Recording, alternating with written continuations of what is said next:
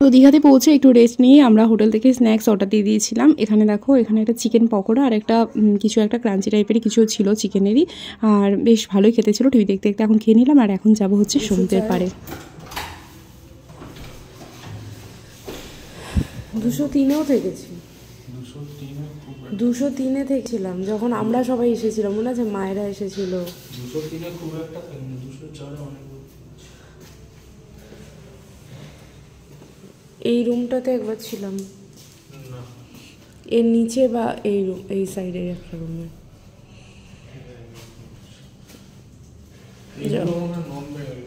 হ্যাঁ, যখন বাবা এসেছিল সেই একবার।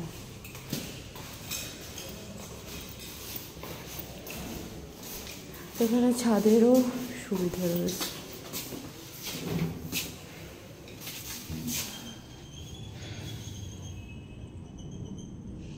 আমাদের সেকেন্ড ফ্লোর। তো কোথায় রেখেছো?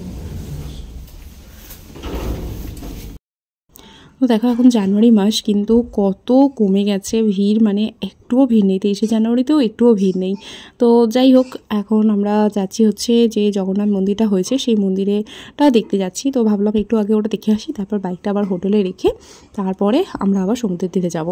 আর মানে ভিড়টা দেখে না সত্যি একটু মনটা খারাপ লাগছে। ভাবছি বাবা এত ফাঁকা ফাঁকা হয়ে যাবে নাকি, লাস্টে সেই মন্দারমণির মতন হবে।